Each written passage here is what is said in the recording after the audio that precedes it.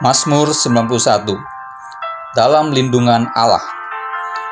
Orang yang duduk dalam lindungan yang maha tinggi dan bermalam dalam naungan yang maha kuasa akan berkata kepada Tuhan, tempat perlindunganku dan kubu pertahananku, Allahku yang kupercayai.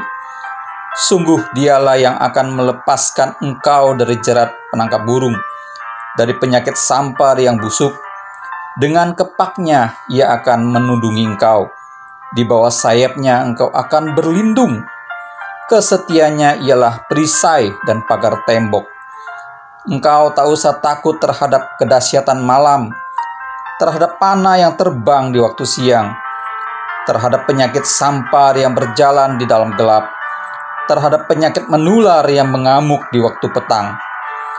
Walau 1000 orang rebah di sisimu dan 10.000 di sebelah kananmu, tetapi itu tidak akan menimpamu. Engkau hanya menontonnya dengan matamu sendiri dan melihat pembalasan terhadap orang-orang fasik. Sebab Tuhan ialah tempat perlindunganmu. Yang Maha Tinggi telah kau buat tempat perteduhanmu. Malapetaka tidak akan menimpa kamu, dan tulah tidak akan mendekat kepada kemahmu. Sebab malaikat-malaikatnya akan diperintahkannya kepadamu untuk menjaga engkau di segala jalanmu. Mereka akan menatang engkau di atas tangannya, supaya kakimu jangan terantuk kepada batu.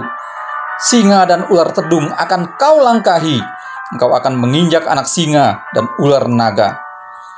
Sungguh hatinya melekat kepadaku, maka aku akan meluputkannya. Aku akan membentenginya, sebab ia mengenal namaku. Bila ia berseru kepadaku, aku akan menjawab. Aku akan menyertai dia dalam kesesakan. Aku akan meluputkannya dan memuliakannya. Dengan panjang umur akan kukenyangkan dia, dan akan kuperlihatkan kepadanya keselamatan daripadaku. Shalom Bapak Ibu yang terkasih di dalam nama Tuhan Yesus. Mari kita siapkan hati kita pagi ini untuk kita beribadah kepada Tuhan. Dan biarlah setiap ibadah kita pagi hari ini boleh menyenangkan hati Tuhan. Mari kita tundukkan kepala kita. Kita mau berdoa, Tuhan, Engkau Allah yang melihat keadaan kami, dan kami mau beribadah kepadamu Tuhan. Mari beri hati kami hati yang penuh dengan sukacita, kegairahan yang luar biasa Tuhan. Bahkan Roh-Mu mengurapi setiap kami.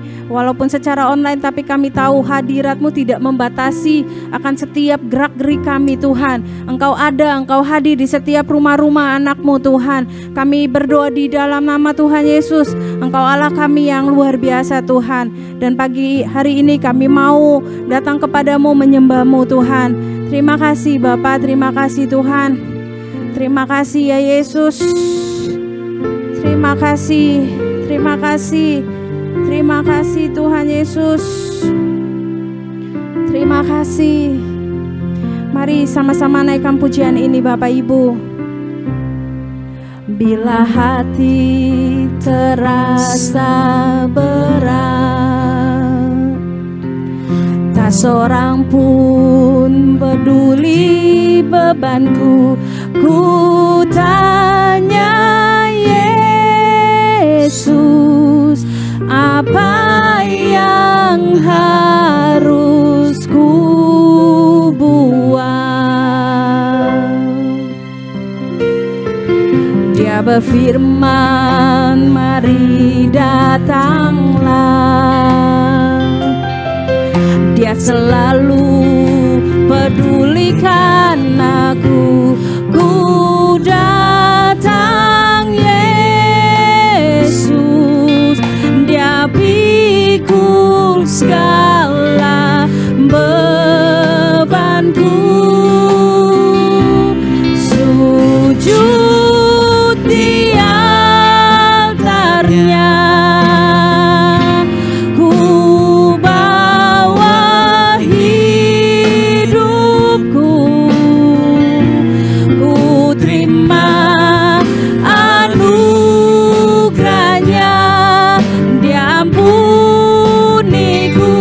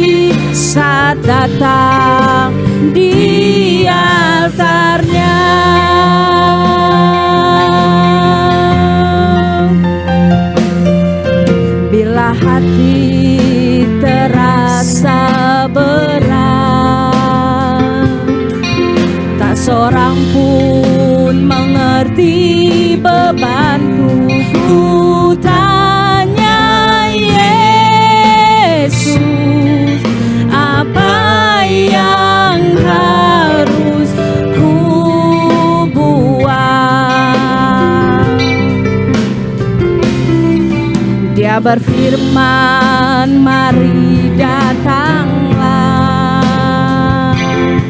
Dia selalu pedulikan aku.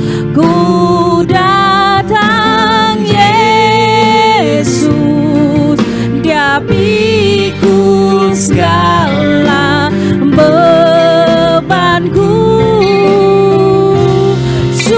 Sujud di altarnya, ku bawa hidupku.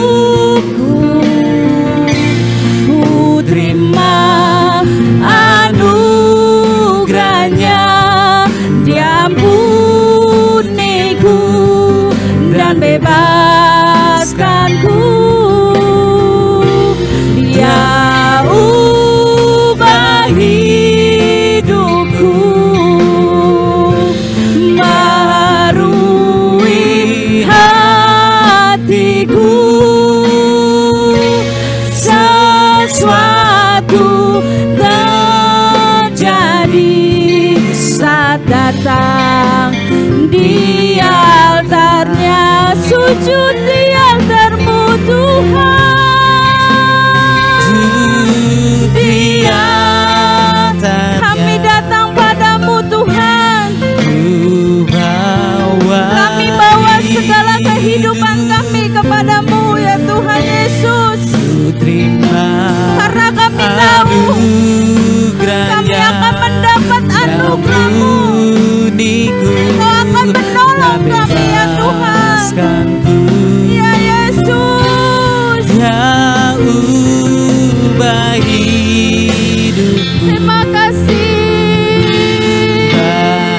Barui hatiku. Ya Yesus, Sesuatu terjadi saat datang Dia. biarkan musik menaikkan pujian ini. Mari Bapak Ibu datang kepada Tuhan lebih lagi. Kami datang padamu. Kami datang padamu ya Yesus. Haleluya. Kami bawa hidup kami. Ya Kami Yesus. bersyukur. Ya Rabba ya Sanda ya Rabba. Ya Rabba ya Sanda ya Rabba ya Sanda. Hanya Engkau Tuhan. Engkau yang sanggup membebaskan kami. Engkau yang mengubahkan kami. Yes Yesus.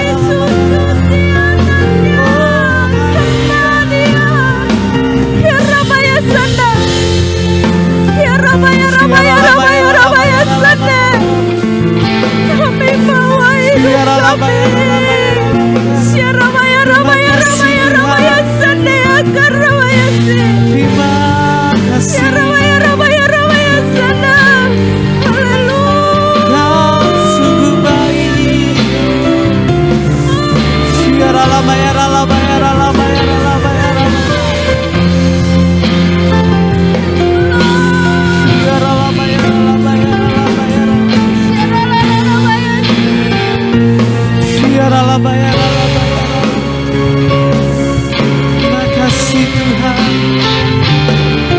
Terima kasih Tuhan. Dengan lembut katakan, sujud di altar-Mu.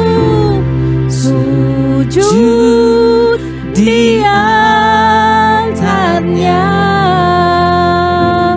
Ku bawa hidupku.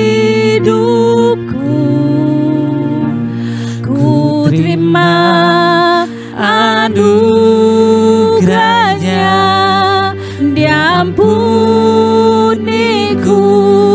dan bebaskanku. Dia ubah hidupku, baharui hatiku.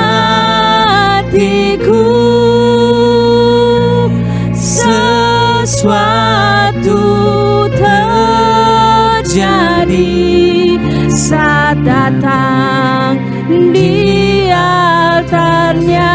Lebih lagi katakan sujud, sujud di altarnya. Ku bawa hidupku, ku terima anugerahnya. Dia ampuniku dan bebaskanku. Dia ubah hidupku, baharui hatiku. Sesuatu terjadi saat datang di altarnya. Mujizat terjadi, mujizat terjadi. Pemulihan, pemulihan terjadi. Kemenangan, kemenangan terjadi saat datang di altarnya.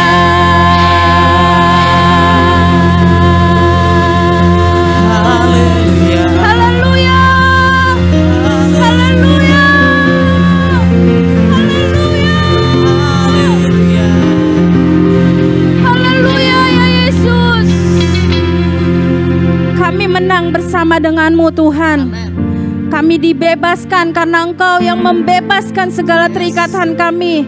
Kami akan mengalami kelepasan dari setiap beban yang membelenggu kami ya Tuhan. Terima kasih Tuhan. Terima kasih Tuhan. Akan ada kuasa kesembuhan terjadi atas setiap kami. Akan ada kuasa kemenangan terjadi atas setiap kami. Akan ada sesuatu yang baru yang akan kami alami di dalam nama Tuhan Yesus. Melalui pujian, penyembahan yang akan kami naikkan lebih lagi. Engkau yang bertata di atas setiap pujian kami. Dan Engkau yang masuk di dalam rumah kami, dipenuhi dengan sukacita yang daripada Tuhan. Hadirat Tuhan memenuhi setiap rumah-rumah kami ya Tuhan. Memenuhi setiap rumah-rumah Bapak Ibu yang ada ya Tuhan. Sehingga ada sesuatu yang baru yang kami alami. Bersama dengan Tuhan kami akan mampu melakukan segala sesuatunya. Terima kasih Bapak. Kami siap memuji Tuhan lebih lagi. Mari Bapak Ibu yang siap memuji Tuhan sama-sama katakan amin. Puji Tuhan Bapak Ibu, saya undang Bapak Ibu untuk bangkit berdiri. Kita akan nyanyikan pujian yang cukup agak lama, tetapi saya tahu Bapak Ibu akan masih menghafal, masih mengetahui. Maka pada saat dinyanyikan ada sukacita yang mengalir.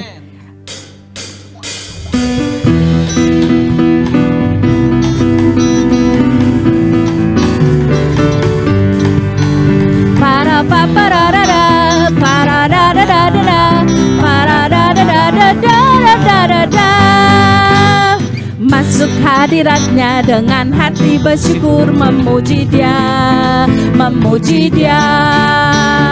Masuk hadiratnya dengan hati bersyukur, memuji Dia, memuji Dia.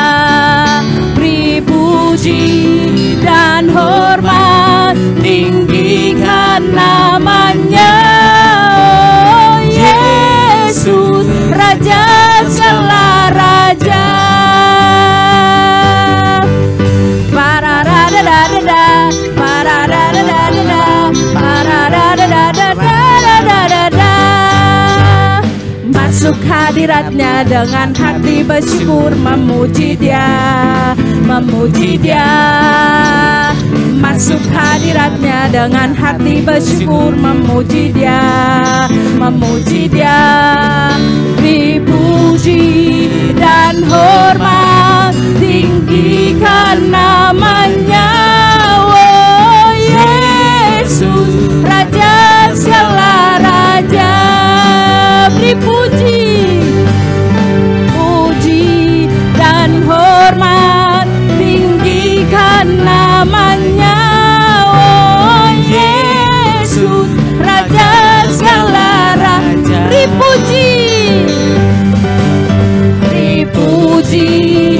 dan hormat, tinggikan namanya. Oh Yesus, Raja segala raja. Paradadadadada, paradadadadada, paradadadadadada, paradadadadada, paradadadadada, paradadadadada. Haleluya, kita beri kemuliaan bagi Tuhan. Segala puji bagimu ya Tuhan.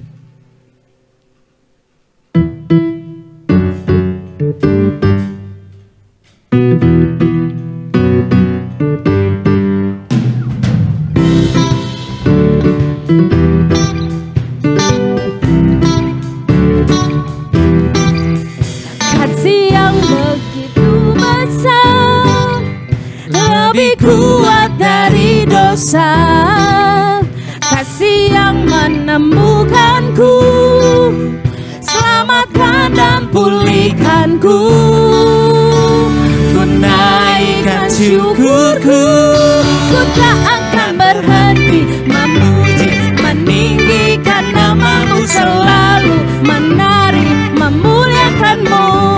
Dibebaskan, dibangkitkan, hidup yang kau beri, dan kini hanya untukmu.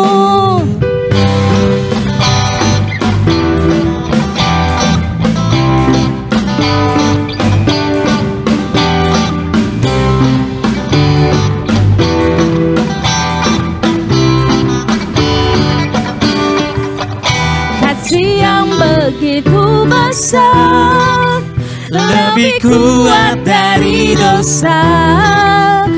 Kasih yang menemukanmu, selamatkan dan pulihkanku. Ku naikkan syukurku, ku tak akan berhenti memuji, meninggikan namamu selalu, menari, memuliakanmu. Dibebaskan, dibangkitkan, hidup yang kau beri, dan kini hanya untukmu.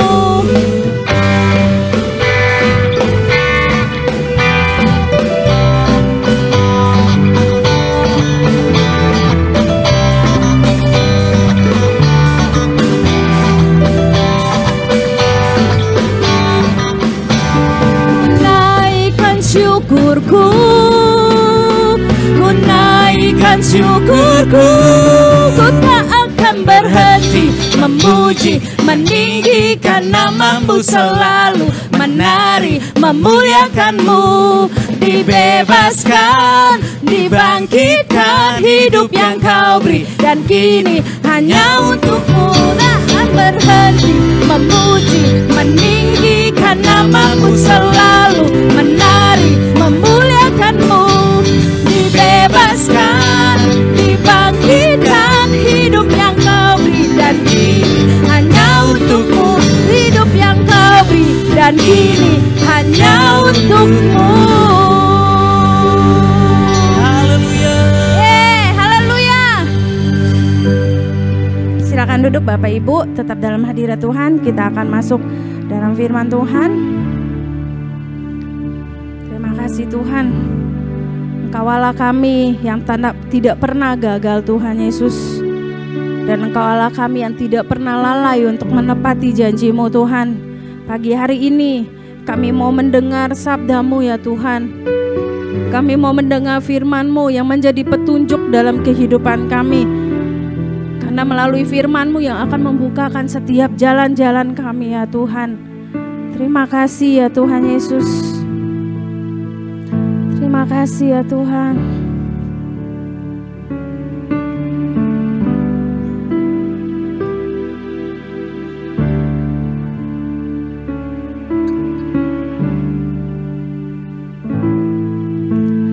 Engkau yang lebih tahu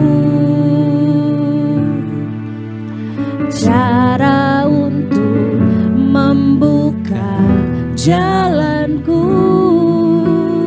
Engkau yang lebih mengerti cara menolong hidupku. Hanya Engkau Tuhan, Engkau yang lebih tahu cara untuk membuka jalanku. Engkau yang lebih mengerti cara untuk menolong hidupku.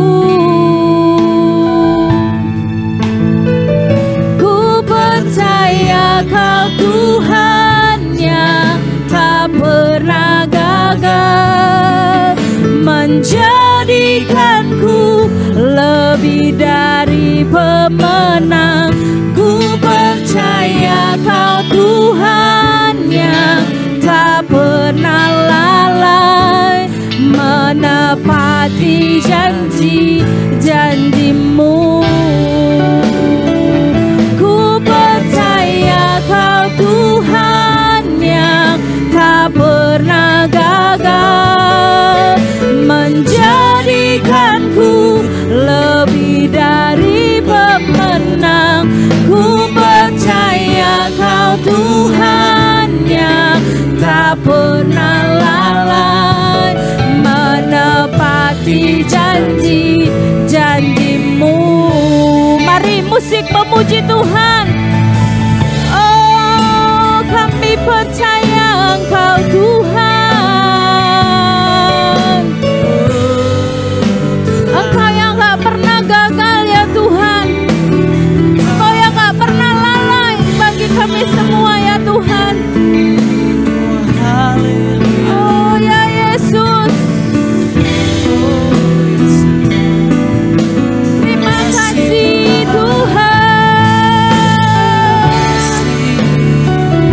Walau kami sering Tuhan, kami sering menjauhi-Mu Tuhan, kami sering melenceng dari jalan-Mu Tuhan, tetapi janji-Mu, rancangan-Mu, Engkau buat kami berbalik ya Tuhan.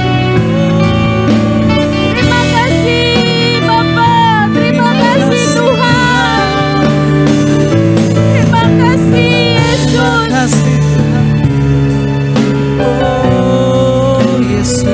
Banyak hal yang Kau buat bagi kami Tuhan, banyak hal yang Kau kerjakan bagi kami, untuk kami datang kepadamu Tuhan, untuk rencana-Mu terjadi dalam hidup kami ya Yesus.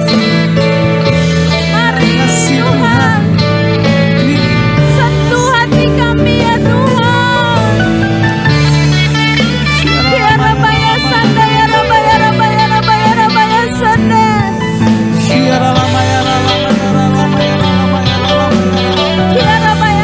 Rabaya Rabaya Rabaya Sanda. Ya Rabaya Sanda.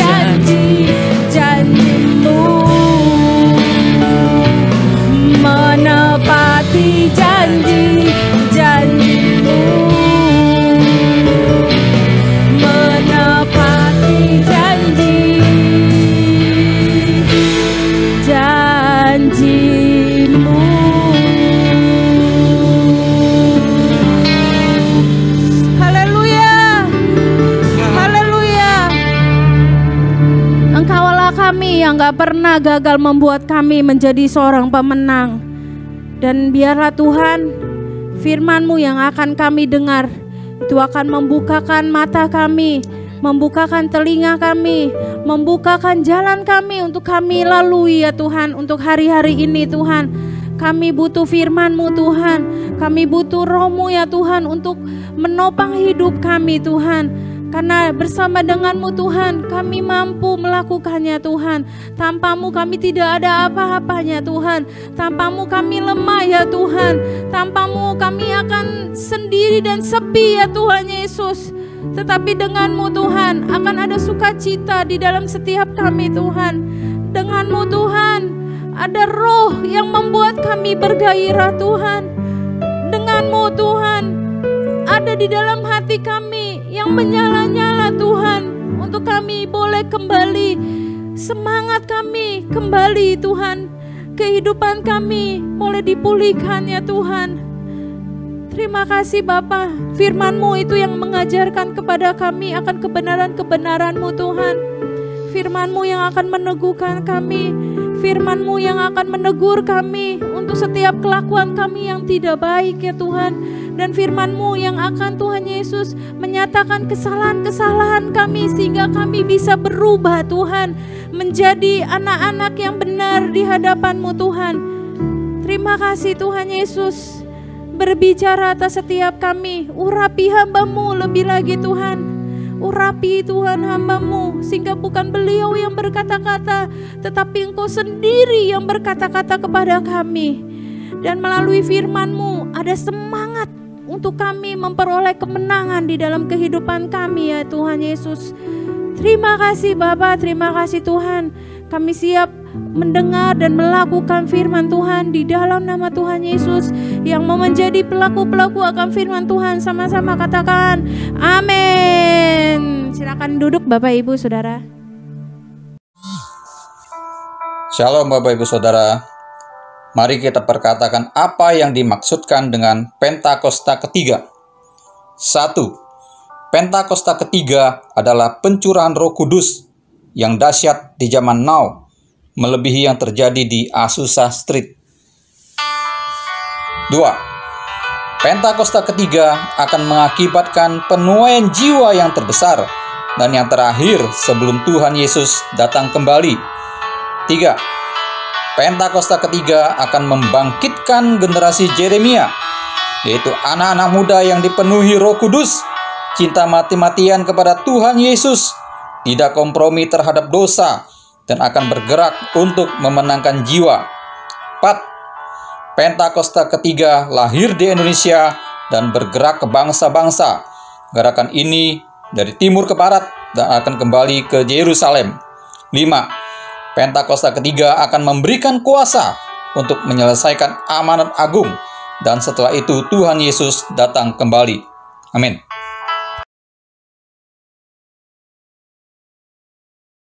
Happy Sunday semua.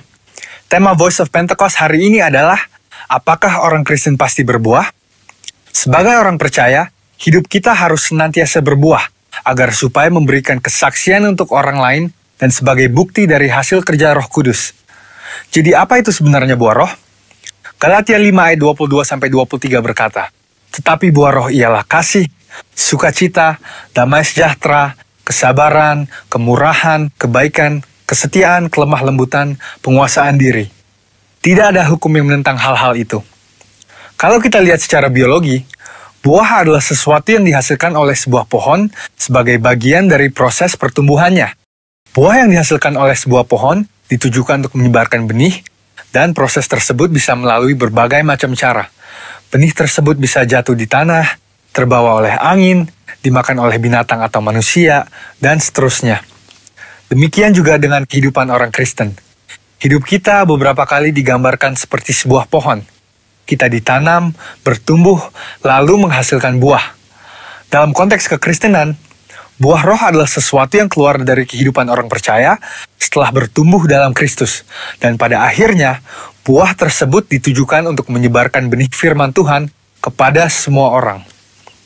Ketika seseorang lahir baru dan mempunyai iman percaya kepada Yesus sebagai juru selamat, maka orang itu akan mengalami transformasi dalam kehidupannya yang dikerjakan oleh Roh Kudus. Apabila kita mengizinkan Roh Kudus bekerja, Dia akan memberikan karunia-karunia untuk melayani dan memanifestasikan sifat-sifat Allah melalui perilaku kehidupan kita, orang percaya.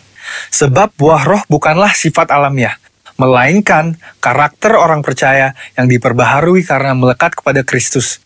Dan ini merupakan sebuah tanda dari kedewasaan rohani. Sekarang kita akan membahas beberapa pertanyaan yang sering dibicarakan seputar buah roh.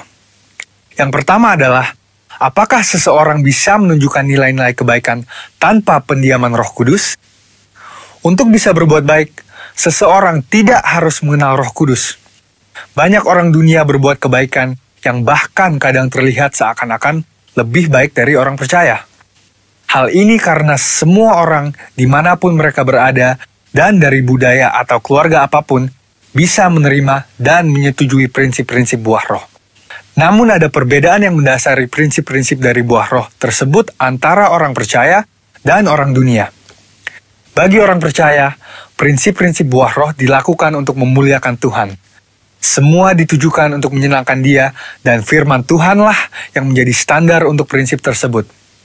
Tetapi untuk orang dunia, yang hidupnya dikuasai oleh kedagingan dan tidak didiami serta dituntun oleh Roh Kudus, prinsip perbuatan baiknya didasari oleh pemahaman orang itu sendiri dengan motif yang berbeda-beda. Pertanyaan yang kedua adalah, apakah orang yang kelihatan berbahasa roh pasti menunjukkan buah roh dalam kehidupannya? Seseorang bisa saja berdoa dalam bahasa roh, tetapi masih hidup dalam kedagingan serta tidak menunjukkan tanda-tanda buah roh. Sebab dibutuhkan upaya oleh orang percaya supaya Roh Kudus senantiasa bekerja penuh, memimpin, dan membentuk karakter Kristus di dalam diri kita masing-masing. Sekali lagi, hal ini sama seperti sebuah pohon. Agar menghasilkan buah, maka pohon tersebut harus dirawat dan diberikan nutrisi supaya bisa bertumbuh dan menghasilkan buah. Seperti yang tertulis dalam Mazmur 1 ayat 1-3. Jadi, berbahasa roh tidak menjamin bahwa buah roh ada di dalam kehidupan seseorang. Bagaimana caranya supaya bisa menghasilkan buah roh? Kita harus melakukan disiplin rohani seperti bersaat teduh, berdoa, berbahasa roh, merenungkan firman Tuhan, bersekutu dalam kul, ikut pelayanan, membantu orang percaya untuk dapat hidup dalam pimpinan Roh Kudus, dan memberikan pelajaran praktis, sehingga mereka pun dapat menghasilkan buah roh dalam kehidupan mereka. Pertanyaan yang ketiga adalah, apa dampak buah roh dalam kehidupan orang percaya? Sama seperti buah yang berasal dari pohon tidak dimakan dan dinikmati oleh pohonnya sendiri, demikian juga halnya dengan buah roh. Buah roh yang dihasilkan oleh orang percaya ditujukan untuk membuat dampak kepada orang lain di sekitarnya. Rasul Paulus mengatakan bahwa orang yang menghasilkan buah adalah orang yang hidup sebagai anak-anak terang. Orang percaya yang menghasilkan buah roh pasti akan berdampak kepada orang lain di sekitarnya. Orang percaya dipanggil dan ditetapkan oleh Tuhan untuk menjadi terang yang dapat dilihat oleh orang lain. Jadi, tujuan akhir dari buah roh adalah supaya lebih banyak orang datang mengenal Tuhan Yesus akibat kesaksian hidup kita. Mari kita mengambil keputusan untuk terus menjaga dan merawat kehidupan rohani kita, supaya nanti pada waktunya, hidup kita juga menghasilkan buah untuk kemuliaan Tuhan. Saudara, untuk penjelasan lebih lengkapnya dari tim teologi kami, jangan lupa buka link yang ada di atas atau scan barcode yang tersedia. Selamat hari Minggu, Tuhan Yesus memberkati.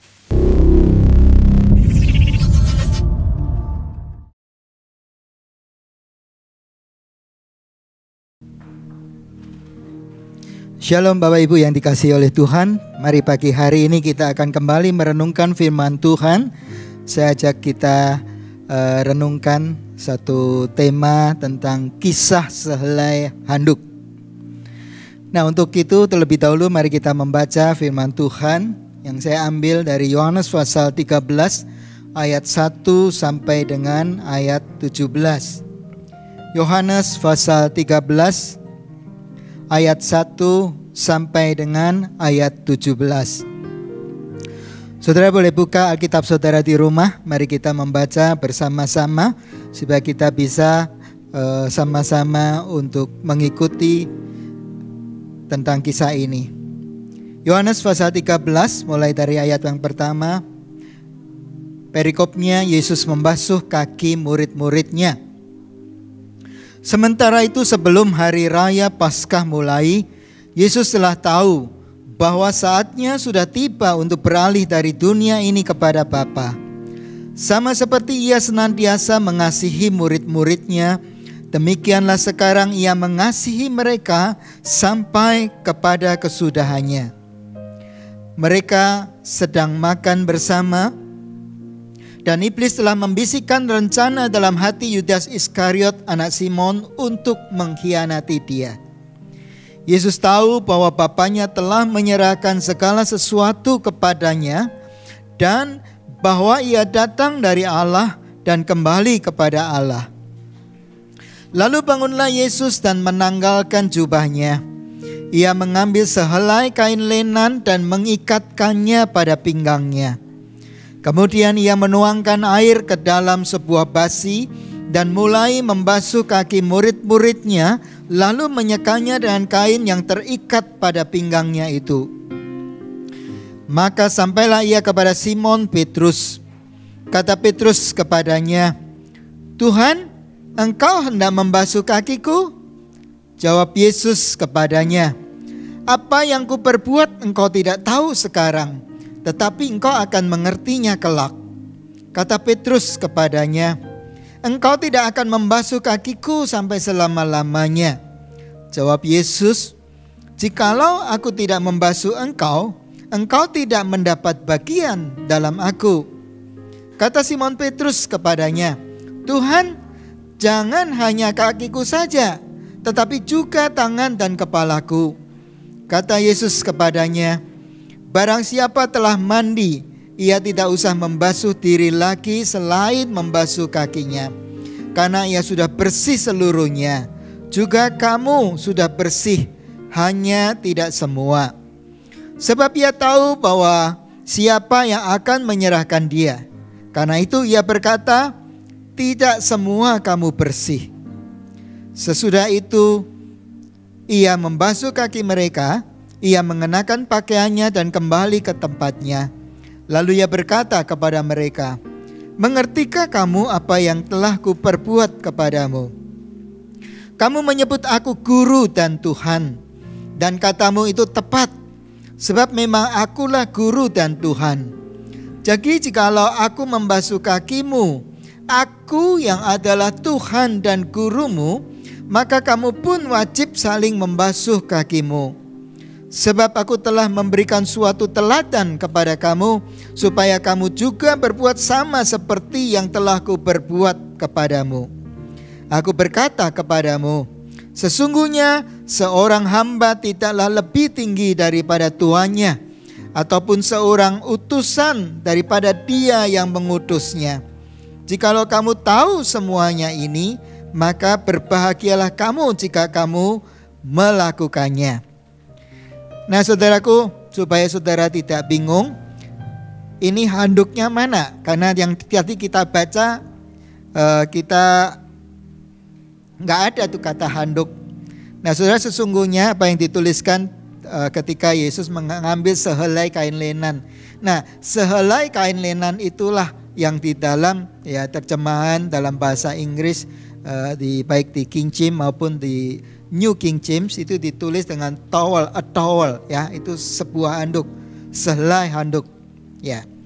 Jadi saya mau mengajak kepada saudara untuk merenungkan tentang peristiwa ketika satu hari ya, Yesus bersama-sama dengan murid-muridnya sedang akan mengadakan suatu perjamuan malam terakhir ya, sebelum ia ditangkap dan disalibkan.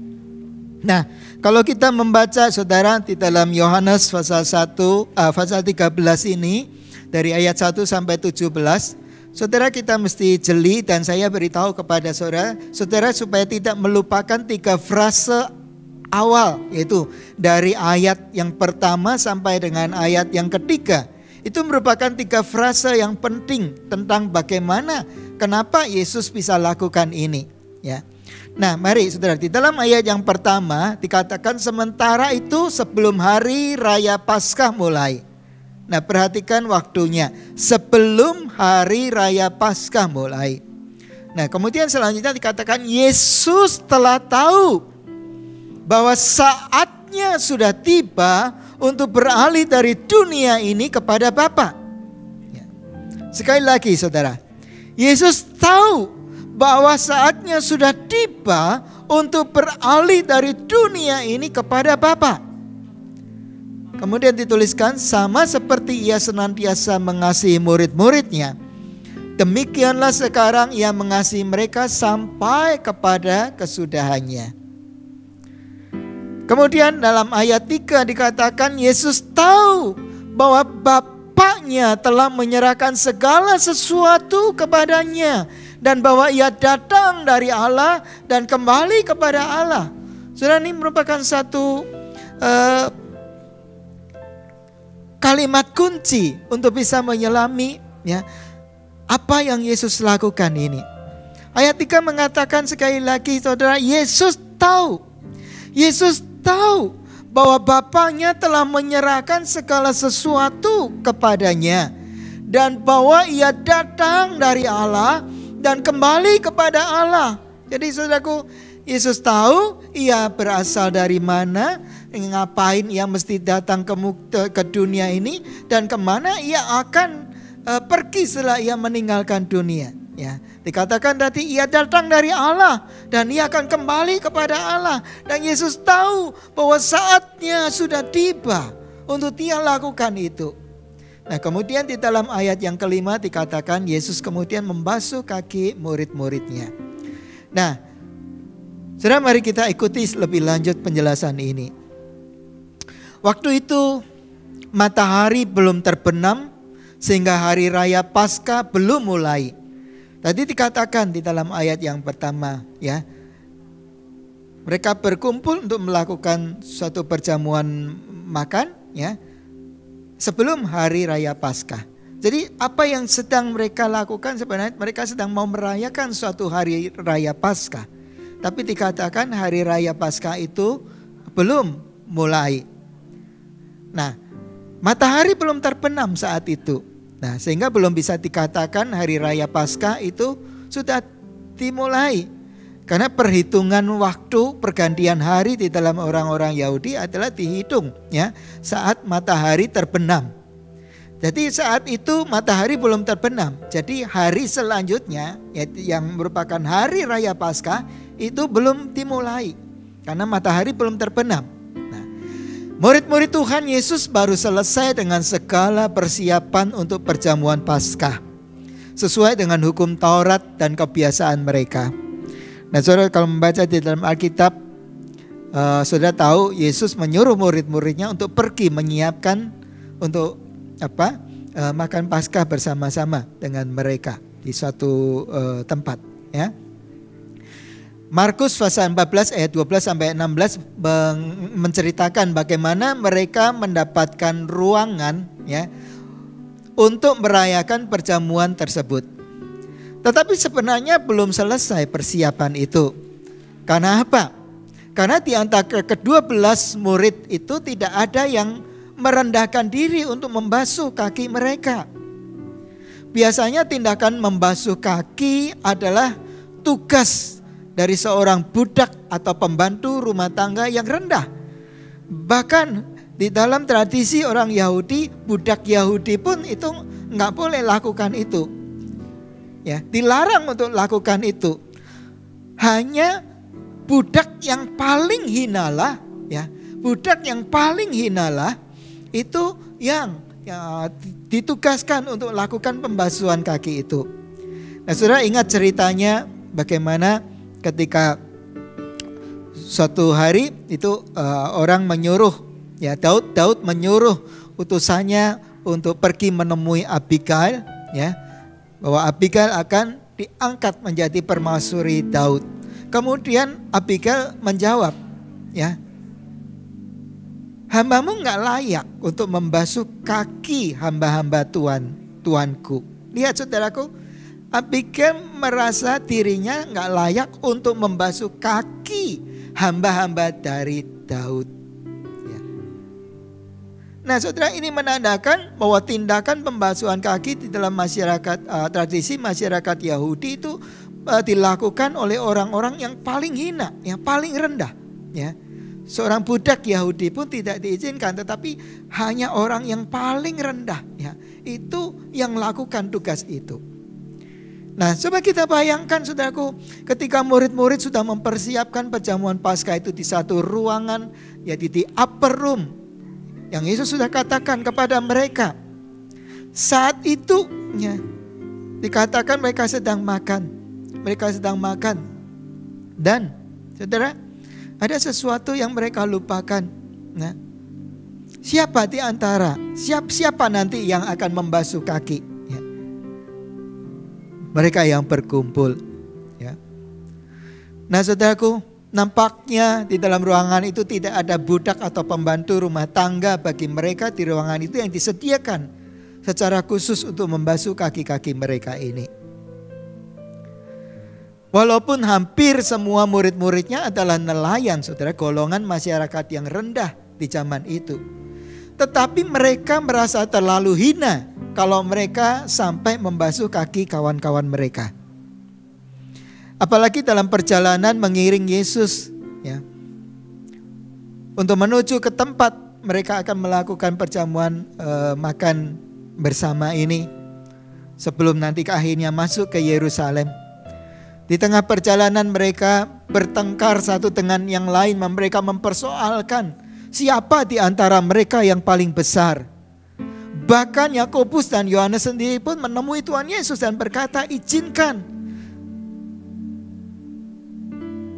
kami nanti duduk di sebelah kananmu dan yang satu di sebelah kirimu. Nah saudaraku, ini situasi seperti ini bisa kita bayangkan saudaraku. Di antara para murid-murid sendiri mempersoalkan siapa yang paling besar di antara mereka.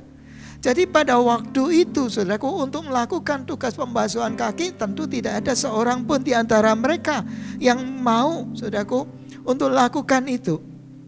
Tidak ada seorang pun yang melakukan pekerjaan hina atau rendah saudara, ya, kecuali dua alasan ini. Yang pertama, tekanan finansial. Saudaraku, karena tekanan finansial atau karena kepepet, ya, orang bisa lakukan pekerjaan apapun juga untuk bisa menyambung hidupnya. Ini berlaku juga bagi masyarakat sekarang ini.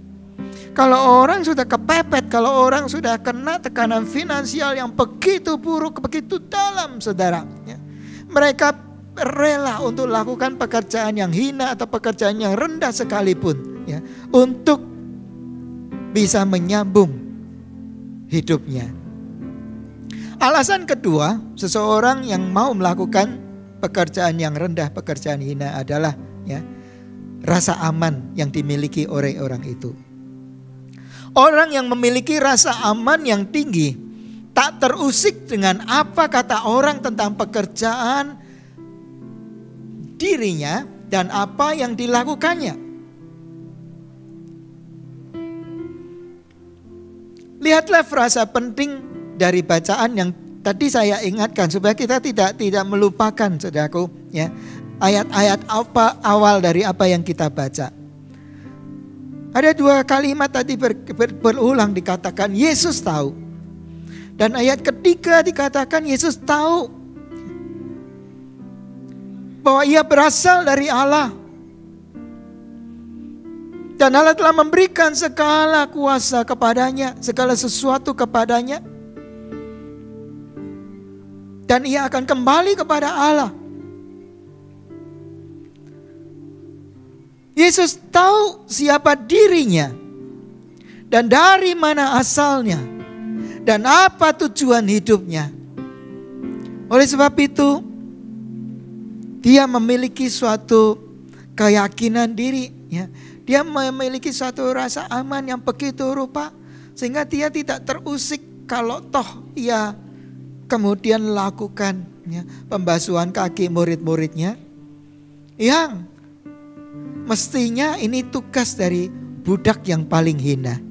Oleh sebab itu kalau kita membaca, ya, perikop tadi saudaraku, murid-murid terbengong-bengong. Murid-murid terbelalak. Kenapa gurunya lakukan pekerjaan yang rendah, pekerjaan yang hina ini? Ya. Nah, saudara, mari kita kembali kepada suasana di dalam ruang perjamuan tadi. Mereka saling menunggu satu dengan yang lain. Mereka saling berpandangan satu dengan yang lain. Mereka saling menatap satu dengan yang lain. Berhubung tidak ada budak di dalam ruang perjamuan itu yang disiapkan untuk membasuh kaki mereka semuanya. Mereka lupa memikirkannya. Dan suasana menjadi hening ketika sampai pada momen seperti itu tadi. Nah, saudaraku, di tengah kebekuan itu, kemudian Yesus mengisi kekurangan tersebut. Kekurangan tersebut menjadi suatu kesempatan bagi Tuhan Yesus untuk menyampaikan dua pelajaran yang sangat mengesankan. Dia mengajar mengenai penahiran rohani. Dituliskan di dalam ayat 8 sampai dengan ayat yang ke-10. Seperti ini, kata Petrus kepadanya, engkau tidak akan membasuh kakiku sampai selama-lamanya. Jawab Yesus, jikalau aku tidak membasuh engkau, engkau tidak mendapat bagian dalam aku. Kata Simon Petrus kepadanya, Tuhan, jangan hanya kakiku saja kalau begitu, tetapi juga tangan dan kepalaku. Kata Yesus kepadanya, barang siapa telah mandi, ia tidak usah membasuh diri lagi selain membasuh kakinya, karena ia sudah bersih seluruhnya. Juga kamu sudah bersih, hanya tidak semuanya. Saudara, ini berbicara tentang penahiran rohani. Dikatakan Yesus hendak berkata kepada Petrus, kalau aku enggak basuh, ya, kalau kerohanianmu, kalau dirimu tidak aku basuh, ya, engkau tidak layak menjadi bagian di dalam aku. Nah, berbicara soal pembersihan, ya. Ini berbicara soal pembersihan, penahiran rohani, disucikan. Yang kedua, pelajaran yang kedua yang Yesus hendak ajarkan pada saat itu adalah soal kerendahan hati. Ayat 12 sampai 17 berkata seperti ini. Sesudah ia membasuh kaki mereka, ia mengenakan pakaiannya dan kembali ke tempatnya, lalu ia berkata kepada mereka, mengertikah kamu apa yang telah kuperbuat kepadamu? Kamu menyebut aku guru dan Tuhan, dan katamu itu tepat, sebab memang akulah guru dan Tuhan.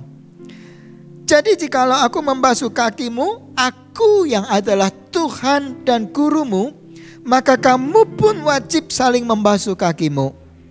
Sebab aku telah memberikan suatu teladan, perhatikan, aku telah memberikan suatu teladan kepada kamu, supaya kamu juga berbuat sama seperti yang telah kuperbuat kepadamu. Aku berkata kepadamu, sesungguhnya seorang hamba tidaklah lebih tinggi daripada tuannya, ataupun seorang utusan daripada dia yang mengutusnya. Jikalau kamu tahu semua ini, maka berbahagialah kamu jika kamu melakukannya. Pelajaran yang kedua yang Yesus hendak ajarkan di tengah-tengah kebekuan itu, karena tidak ada seorang pun di antara para murid yang mengajukan dirinya untuk lakukan tugas yang paling hina ini. Tetapi Yesus yang adalah Tuhan dan Guru mereka, ya, tampil sebagai seorang budak yang hina. Ia merendahkan diri dan ia membasuh kaki murid-muridnya satu demi satu dengan sehelai handuk yang diikatkan di pinggangnya. Ia berlutut mengambil tempat pembasuhan kaki dan satu demi satu kaki-kaki muridnya dibersihkannya. Saudaraku, ini berbicara tentang kerendahan hati yang luar biasa. Kalau sampai dengan ini kita kembali mengingat apa yang dituliskan, saudaraku, bahwa ia yang begitu mulia telah mengosongkan dirinya, mengambil rupa sebagai seorang hamba, bahkan sampai menjadi taat sampai mati, saudara. Yesus bisa lakukan ini karena ia memiliki rasa aman. Yang pertama, ia tahu siapa dirinya. Ia berasal dari Allah. Dan ia akan kembali kepada Allah. Dan ia tahu tujuan hidupnya, yaitu mentahirkan hidup seluruh umat manusia.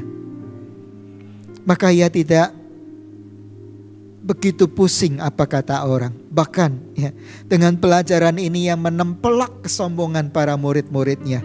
Ia menempelak kesombongan kita juga, orang-orang yang hidup di zaman sekarang, yang bisa kembali membaca dan mengenang peristiwa itu terjadi. Bagaimana dia yang seorang Tuhan yang maha kuasa mau tampil sebagai seorang hamba yang begitu hina dan lakukan tugas seorang budak yang paling hina untuk membersihkan kaki kekotoran dari umat manusia. Pentahiran ada di salibnya. Demikian juga kerendahan hati yang paling luar biasa ada di salibnya. Dengan kata lain, layaklah bahwa kisah sehelai handuk ini merupakan pendahuluan bagi kisah kematiannya. Karena baik dengan salib maupun dengan sehelai kain handuk ada pentahiran atau pembersihan. Dan ada satu keteladanan. Yesus tadi berkata, ya, ayat yang ke-15, aku telah memberikan suatu teladan kepada kamu, supaya kamu juga berbuat sama seperti yang telah kuperbuat kepadamu.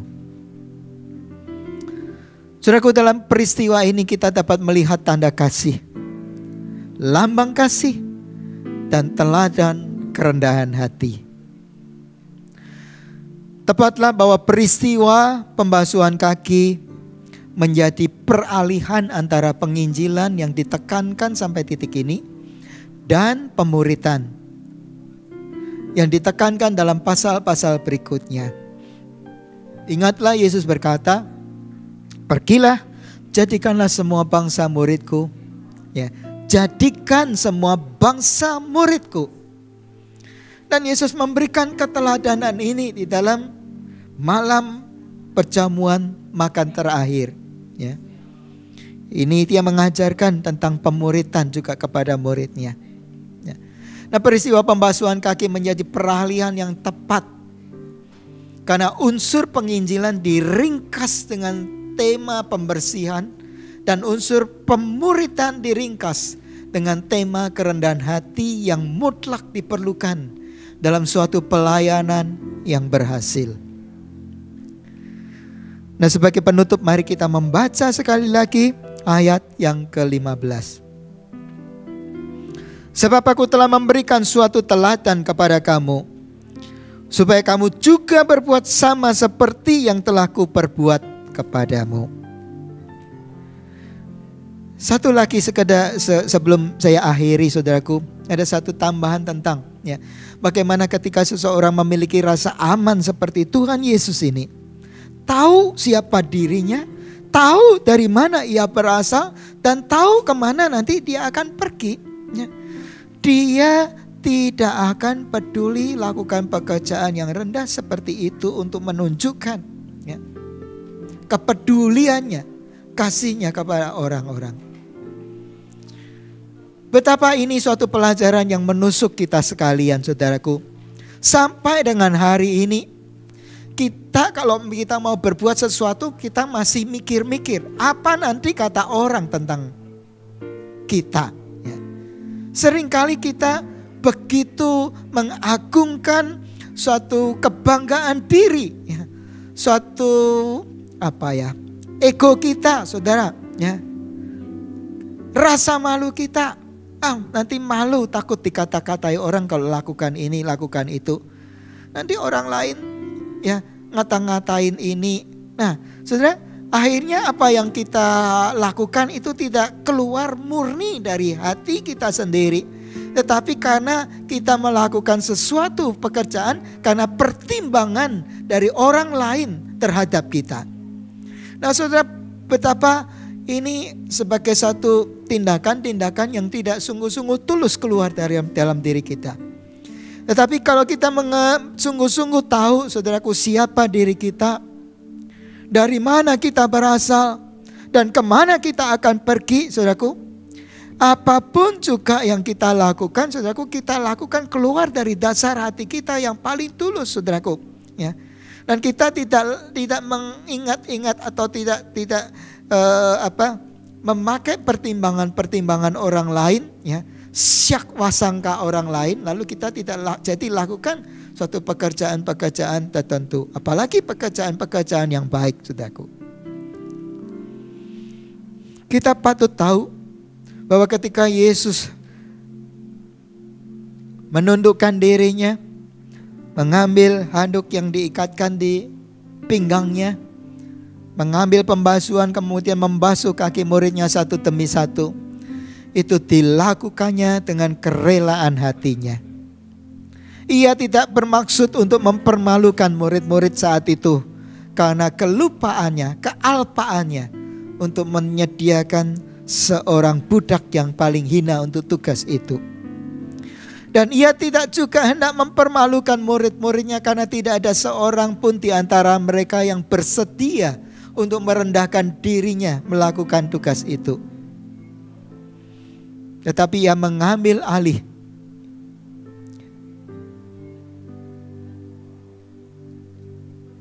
tugas itu, walaupun ia seorang yang begitu mulia, Tuhan dan bahkan guru mereka. Tetapi ia mau menundukkan dirinya, ia mau merendahkan hatinya dan membasuh kaki murid-muridnya sebagaimana layaknya seorang pelayan yang paling hina. Saudaraku, pelajaran apa yang kita bisa tarik dari sini, saudaraku? Tadi ayat 15 berkata, hendaklah kamu berbuat demikian juga, seperti apa yang aku telah berikan suatu teladan kepadamu. Berarti saudaraku, semakin kita menjadi seperti Kristus, maka semakin kerendahan hati itu terbentuk di dalam diri kita. Ini poin yang penting buat kita. Saya ulang, semakin kita menjadi seperti Kristus, semakin kerendahan hati terbentuk di dalam diri kita. Tuhan kiranya memberkati saudara sekalian. Mari kita sekarang mempersiapkan roti dan anggur. Kita akan masuk di dalam perjamuan kudus Tuhan. Saya akan membacakan firman Tuhan sehubungan dengan ini. Saya ambil dari 1 Korintus pasal yang ke-11 dari ayat 18. Sebab pertama-tama aku mendengar bahwa apabila kamu berkumpul sebagai jemaat, ada perpecahan di antara kamu, dan hal itu sedikit banyak aku percaya. Sebab di antara kamu harus ada perpecahan supaya nyata nanti siapakah di antara kamu yang tahan uji. Apabila kamu berkumpul, kamu bukanlah berkumpul untuk makan perjamuan Tuhan. Sebab pada perjamuan itu tiap-tiap orang memakan dahulu makanannya sendiri, sehingga seorang lapar dan yang lain mabuk. Apakah kamu tidak mempunyai rumah sendiri untuk makan dan minum? Atau maukah kamu menghinakan jemaat Allah dan memalukan orang-orang yang tidak mempunyai apa-apa? Apakah yang kukatakan kepada kamu memuji kamu? Dalam hal ini aku tidak memuji. Nah, saudaraku, apa yang saya bacakan tadi tepat seperti apa yang firman Tuhan yang pagi hari ini kita renungkan, ya.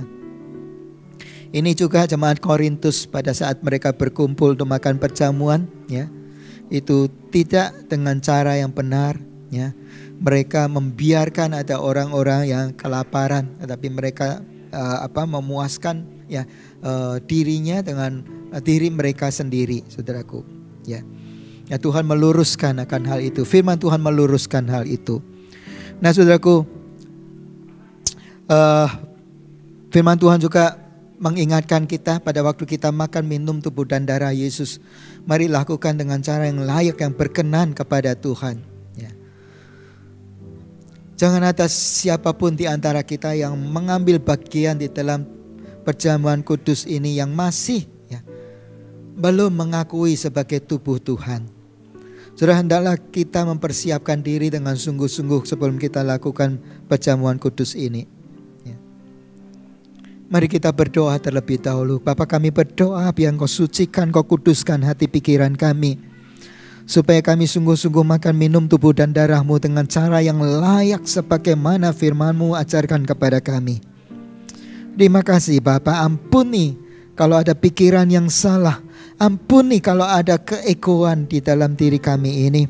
Dan ampuni kalau ada ketinggian hati, kesombongan di dalam diri kami. Sekarang ya Tuhan, kami mau mengambil bagian di dalam tubuh dan darah-Mu melalui perjamuan kudus pada pagi hari ini. Terima kasih Bapa.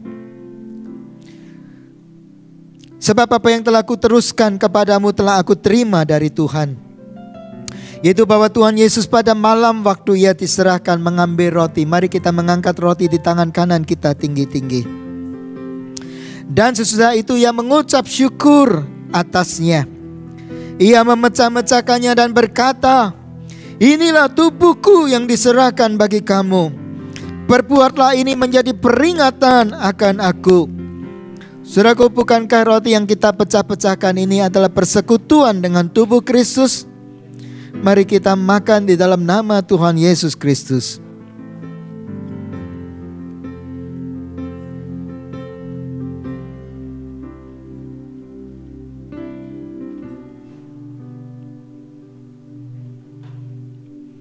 Kita angkat cawan di tangan kanan kita tinggi-tinggi. Demikian juga Ia mengambil cawan sesudah makan lalu berkata, cawan ini adalah perjanjian baru yang dimeteraikan oleh darahku. Perbuatlah ini setiap kali kamu meminumnya menjadi peringatan akan aku. Saudaraku, bukankah cawan pengucapan syukur yang atasnya kita ucapkan syukur ini adalah persekutuan dengan darah Kristus? Mari kita minum di dalam nama Tuhan Yesus Kristus.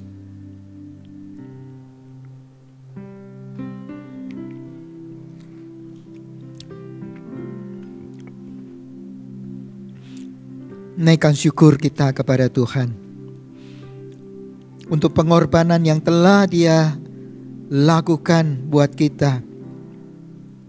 Allah yang mulia mau turun ke muka bumi ini, merendahkan dirinya sedemikian rupa, mengosongkan dirinya, mengambil rupa seorang hamba, bahkan taat begitu rupa sampai mati di kayu salib. Ia telah memberikan suatu keteladanan kepada kita, kerendahan hati. Dan dikatakan supaya engkau juga berbuat seperti yang aku perbuat. Ku mau hidup seturut kehendak Tuhan.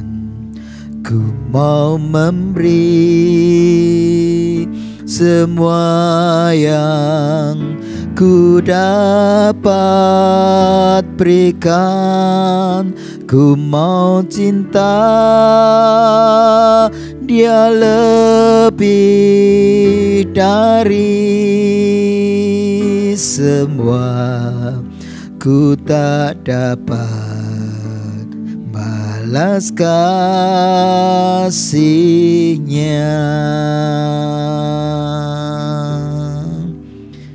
Mari kita mengangkat kedua tangan kita ke atas.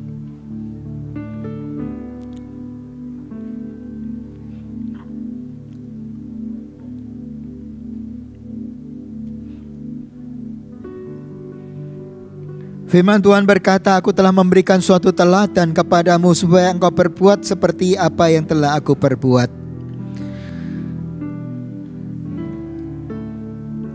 Berbahagialah setiap orang yang setelah mendengar firman Tuhan mau merenungkannya dan mau melakukannya di dalam kehidupannya sehari-hari.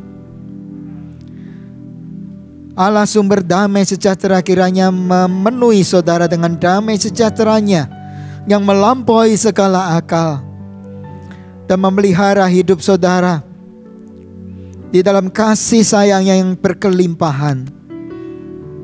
yang telah dinyatakan di dalam Tuhan kita Yesus Kristus, dan pertolongan dari Roh Kudus yang diberikan kepada kita untuk menyertai kita sampai selama-lamanya.